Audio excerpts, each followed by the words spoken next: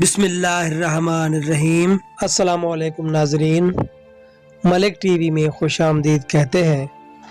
آئیے چلتے ہیں آج کی سٹوری کی طرف۔ بابا آج پھر دیر سے گھر آئے تھے۔ یہ ان کا روز کا معمول بن چکا تھا۔ وہ دیر سے آتے اور کہتے کہ مجھے سخت نیند آ رہی ہے۔ یہ کہتے ہوئے اپنے بیڈ روم میں چلے جایا کرتے تھے اور میں اپنے دل کی باتیں کسی نہ کہہ پاتی۔ میرا کوئی بھائی تھا نہ بہن۔ امی جو ہمیشہ بیمار ہی رہا کرتی تھیں، کبھی ان کی طبیعت سنبھلتی تو مجھے پیار دیا کرتی، لیکن پھر اکثر وہ اپنے کمرے میں بند رہتی تھیں اور ملازمہ ہمیشہ ان کے کمرے میں ان کو دوائیاں اور کھانا وغیرہ دیتی تھیں۔ میرا اس کمرے میں جانا منع تھا۔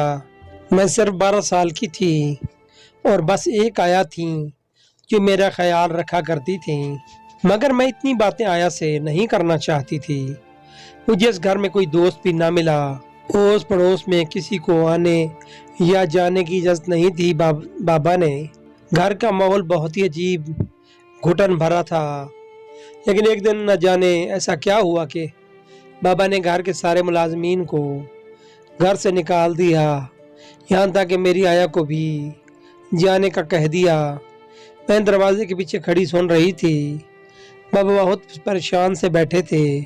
وہ سارے ملازمین سے معذرت کر رہے تھے کہ وہ بہت زیادہ قرض کے بوجھ تلے دب چکے ہیں اور ان سب پیسوں کو دینے کی اب ان میں کوئی سکت نہیں رہی، لہذا وہ سب اپنے لیے کوئی اور کام ڈھونڈ لیں۔ اس دن بابا بہت مایوس اور تھکے ہوئے تھے۔ جیسے ہی سارے ملازم وہاں سے جانے لگے، میں چپکے سے بابا کے پاس گئی اور پیچھے سے ان کے گلے میں باہیں ڈال دیں۔ مجھے محسوس کر کے بابا نے بھی مجھے سینے سے لگایا۔ مجھے محسوس ہوا تھا وہ ہلکے ہلکے رو رہے تھے۔ میں نے ان کے آنسو پوچھتے ہوئے کہا، بابا آپ روئے نہیں، سب ٹھیک ہو جائے گا۔ میری بات پہ بابا اور زیادہ پھوٹ پھوٹ کر رونے لگ گئے۔ اس دن سے میں بڑی ہو گئی تھی۔ مجھے لگ رہا تھا کہ اس گھر کی بڑی اب میں ہوں اور مجھے ہی سب کو دیکھنا ہے۔ ایک 12 سالہ بچی پہ جب سارے گھر کی ذمہ داری آ جاتی ہے تو وہ ذہنی طور پر بڑی بن جاتی ہے۔ اب امی کے سارے کام مجھے کرنے ہوتے تھے۔ بابا گھر کے کاموں میں میری ہیلپ کروایا دیا کرتے تھے۔ وہ رات کو سارے گھر کی صفائی اور رات اور دن کا کھانا بنا کر رکھ دیا کرتے اور دن بھر گھر سے باہر ہوتے تھے۔ انہوں نے مجھے خاص تاکید کی تھی کہ امی کو وقت پر دوائی دینی ہے اور کھانا بھی کھلانا ہے۔ ہماری بدقسمتی تھی کہ امی ذہنی مریضہ تھیں، ورنہ بہت کچھ اچھا ہو سکتا تھا۔ میں جب امی کے کمرے میں جاتی تو وہ بہت عجیب نظروں سے مجھے دیکھا کرتی تھیں اور میرا خون خشک ہونے لگتا۔ میں خوف کے مارے کھانا رکھ کر بھاگ آیا کرتی تھی۔ ان کا اجڑا ہوا حلیہ اور بکھرے ہوئے بال، سوجی ہوئی آنکھیں مجھے بہت خوف زدہ کرتی تھیں، لیکن کبھی کبھی وہ بالکل ٹھیک لگتی تھیں، جسے وہ کبھی بیماری نہ ہوں۔ مجھے اپنے پاس بٹھاتی اور بہت سی باتیں بھی کرتی تھیں، لیکن میرے دل میں جو خوف بیٹھ گیا تھا وہ نکل نہیں پاتا تھا۔ یوں ہی دن گزر رہے تھے۔ ایک دن بابا نے مجھے ایک گلاس دودھ میں 4 کھجوریں ملا کر دیں۔ ہینا بیٹا، یہ دودھ اپنی ماں کو پلا دینا، تم چاہتی ہو نا کہ کوئی بہن بھائی ہو تمہارا؟ وہ مسکرا کر پوچھ رہے تھے۔ ہاں بابا، میں نے خوشی سے کہا۔ تو پھر روز یہ دودھ اپنی ماں کو پلانا تو تمہارا کوئی بھائی بہن اس دنیا میں آ جائے گا۔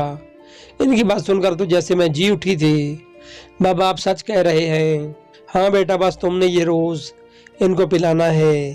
اور اس دن سے یہ دودھ میں امی کو پلاتی رہتی تھی۔ کبھی وہ منع نہیں کرتی تھی تو بڑی مشکلوں سے میں ان کو پلا دیتی، لیکن آج کل میں نے محسوس کیا تھا کہ امی اب سارا دن بھی سوئی رہتی تھیں۔ ان کو دوائی دینے کے لیے مجھے بڑی مشکل سے جگانا پڑتا تھا۔ میں چاہتی تھی کہ وہ جاگیں، آخر وہ کیسے سارا دن سوتی رہتی تھیں۔ لیکن ایک بات تھی کہ اب ان کی آنکھوں میں پہلے جیسی وحشت نہیں ہوتی تھی۔ وہ جاگتی تو مجھے پیار سے بلا کر اپنے ساتھ بٹھاتی، بہت سی باتیں بھی کرتی، لیکن دودھ پیتے ہی ان کو پھر سے نیند آنے لگتی تھی۔ بابا اب بھی اپنے کام میں بہت مصروف تھے۔ ان کا کہنا تھا کہ جلدی وہ اس قابل ہو جائیں گے کہ اپنے سارے قرضے بھی چکا دیں اور دوبارہ ملازم بھی رکھ لیں گے، لیکن اکیلے گھر میں اب میرا دم گھٹنے لگا تھا۔ پھر ایک دن امی نے دودھ پینے سے انکار کر دیا۔ میں نے ان کو بہت سمجھایا کہ امی اسے پی لیں ورنہ بابا مجھ سے ناراض ہو جائیں گے، لیکن وہ اس دن بہت ضد میں آئی ہوئی تھیں۔ بیٹا یہ دودھ تم پی لو۔ انہوں نے بڑے پیار سے دودھ مجھے پلانا شروع کر دیا تو میں نے بھی ان کا دل رکھنے کے لیے پی لیا۔ پھر اس دن کے بعد یہ معمول بن گیا، امی وہ دودھ مجھے پلا دیتی تھیں اور اب امی کی جگہ میں ہر وقت سوئی ہی سی رہتی۔ اس دن چوتھا دن تھا جب میں نے وہ دودھ پیا تھا۔ میری طبیعت عجیب سی ہونے لگی تھی، نہ جانے دودھ میں ایسا کیا ملا ہوا تھا، مگر اس رات اچانک ایسا کچھ ہوا کہ میرے قدموں تلے سے زمین نکل گئی۔ آدھی رات کو مجھے ایسا لگا کہ جیسے کوئی بچہ رو رہا ہو۔ میں نے سوچا بھلا ایسا کیا ہو سکتا ہے کہ ہمارے گھر میں کوئی بچہ ہو، مگر پھر بھی میں اٹھی اور کمرے سے باہر نکل آئی۔ بچے کے رونے کی آواز امی کے کمرے سے آ رہی تھی۔ میں نے ہلکے سے ان کا کمرہ کھولا تو امی سو رہی تھیں۔ میں واپس پلٹنے لگی کہ مجھے پھر سے بچے کی آواز آنے لگی اور وہ امی کے کمرے سے میں ہی آ رہی تھی۔ میں اندر آ گئی اور وہ آواز کی سمت جانے لگی۔ امی کی چارپائی کی چادر ہٹا کر دیکھا تو حیرت سے میرے تو رونگٹے کھڑے ہو گئے۔ وہاں تو واقعی میں ایک چھوٹا سا بچہ تھا۔ میں سخت حیرت زدہ تھی کہ یہ بچہ امی کے کمرے میں کیسے آیا۔ میں نے جلدی سے وہ بچہ اٹھایا اور باہر لے آئی کہ کہیں امی کی آنکھ نہ کھل جائے۔ بچہ مسلسل روئے جا رہا تھا۔ میری سمجھ میں کچھ نہیں آ رہا تھا۔ وہ شاید کوئی 9-10 ماہ کا تھا۔ اچانک مجھے خیال آیا کہ ضرور اسے بھوک لگی ہوگی۔ میں نے پہلے سے تھوڑا پانی ملایا، پھر کچن سے کچھ بسکٹ وغیرہ دودھ میں ڈالو کر کھلانے لگی۔ کچھ ہی دیر میں وہ پرسکون ہو گیا۔ اسے بھوک ہی لگی تھی یقیناً۔ اب وہ سو چکا تھا۔ میں نے اسے اپنے ساتھ لٹا دیا اور خود پورے گھر کی تلاشی لی کہ شاید اس کی ماں یہیں کہیں ہو، مگر وہاں تو کوئی بھی نہ تھا۔ مجھے یہ بات سمجھ میں نہ آ رہی تھی کہ بچہ آیا کہاں سے تھا۔ میری نیند اڑ چکی تھی۔ میں صبح کا انتظار کرنے لگی۔ جیسے ہی بابا اٹھے میں بھاگتی ہوئی ان کے کمرے میں گئی اور ان کو رات والا سارا ماجرا سنا ڈالا۔ میری بات سن کر وہ اپنا سر پکڑ کر بیٹھ گئے۔ کیا ہوا بابا؟ میں نے پریشانی سے پوچھا۔ ہنا تم نے اپنی ماں کو وہ دودھ نہیں پلایا تھا؟ وہ پریشانی سے پوچھنے لگی۔ پلاتی تھی لیکن بابا 4 دن سے وہ دودھ نہیں پی رہی تھی، بلکہ زبردستی مجھے پلا دیتی تھیں۔ میں نے شرمندگی سے بتایا۔ میری بات پہ بابا اور زیادہ پریشان ہو گئے۔ یہ تم نے بہت غلط کیا بیٹی، تمہاری ماں کی حالت دن بدن بگڑتی جا رہی ہے۔ اگر وہ دودھ نہیں پیے گی تو اسے پاگل خانے میں داخل کرانا پڑے گا۔ بابا کی بات میں لرز گئی۔ یہ آپ کیا کہہ رہے ہیں بابا؟ اور یہ بچہ کس کا ہے؟ میرے سوال پر وہ چپ ہو گئے تھے۔ بس کر دو نا، تم نہیں سہ پاؤ گی۔ بابا سر جھکائے کہنے لگے، نہیں بابا آپ کی بیٹی اب بہت مضبوط ہو گئی ہے، میں یہ سچ جان کر ہی رہوں گی۔ میری ضد پہ بابا نے بتانا شروع کیا۔ یہ آج سے 15 سال پہلے کی بات ہے، جب میں نے عذرا کو پہلی بار دیکھا تھا۔ بہت ہی سلجھی ہوئی لڑکی تھی اور وہ ایک سکول ٹیچر تھی۔ ہماری ملاقات بس میں ہوئی تھی۔ میں نے اسے دیکھا کہ مگر ہماری بات نہ ہو سکی، لیکن میں نے اس کو اسکول میں اترتے دیکھ لیا تھا۔ اس کے بعد میں بہانے سے اس کے اسکول کے پاس منڈلاتا رہتا اور جب وہ بس اسٹاپ کی طرف جانے لگتی تو میں بھی اس کے ساتھ جاتا۔ لیکن ایک دن اس نے مجھے دیکھتے ہی کہا، دیکھو مسٹر، میں کئی دنوں سے دیکھ رہی ہوں کہ تم یہاں پہلے سے کھڑے ہوتے ہو اور میرا پیچھا کرتے ہو۔ اس دن وہ سخت غصے میں تھی، اس کا چہرہ لال ہو رہا تھا۔ آج پہلی بار اس نے مجھے مخاطب کیا تھا اور میں آگے بڑھا اور بولا، جی آپ بالکل ٹھیک کہہ رہی ہیں، میں یہاں صرف اور صرف آپ کے لیے آتا ہوں اور آپ مجھے بہت پسند ہیں۔ میں کہتا رہا تو ایک پل کو وہ گڑبڑا گئی، لیکن پھر بولی، میں عام لڑکی نہیں ہوں جو تمہاری چکنی چپڑی باتوں میں آ کر تم سے محبت کی باتیں کروں گی۔ میں صرف اور صرف نکاح پہ یقین رکھتی ہوں۔ یہ کہتے ہوئے وہ جانے لگی تو میں نے بھی کہا کہ تو میں بھی یہی چاہتا ہوں، بس آپ اپنا پتہ بتا دیں، میں اپنے گھر والوں کو لے آؤں گا۔ وہ میری بات سنی انسنی کرتی بس پر سوار ہو گئی اور دوسرے دن اسکول والوں نے میرا نوٹس لیا اور مجھے اندر بلا کر بتایا کہ عذرا اکیلی لڑکی ہے جس کا اس دنیا میں کوئی نہیں، لہذا اگر آپ وہ پسند ہے تو ہم لوگ ہی اس کے سب کچھ ہیں۔ میں نے اپنی ماں کو بتایا اور اس طرح ساری رسومات ادا ہو گئیں اور وہ میرے نکاح میں آ گئی۔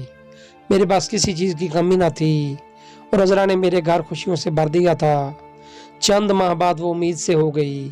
ہم بہت خوش تھے، لیکن ٹھیک 9 ماہ بعد ہمیں معلوم پڑا کہ بچہ مرا ہوا پیدا ہوا ہے۔ اس بات کو میں تو جھیل گیا، مگر عذرا پاگل ہو گئی تھی۔ اس نے اپنی حالت بگاڑ لی تھی۔ مجھے کچھ سمجھ نہ آتا تھا کہ کیا کروں۔ میری اماں بھی نے دن اللہ کو پیاری ہو گئیں۔ مجھ پہ ہر طرف سے تفکرات کے پہاڑ ٹوٹ پڑے تھے۔ کاروبار بھی خسارے میں جانے لگا تھا۔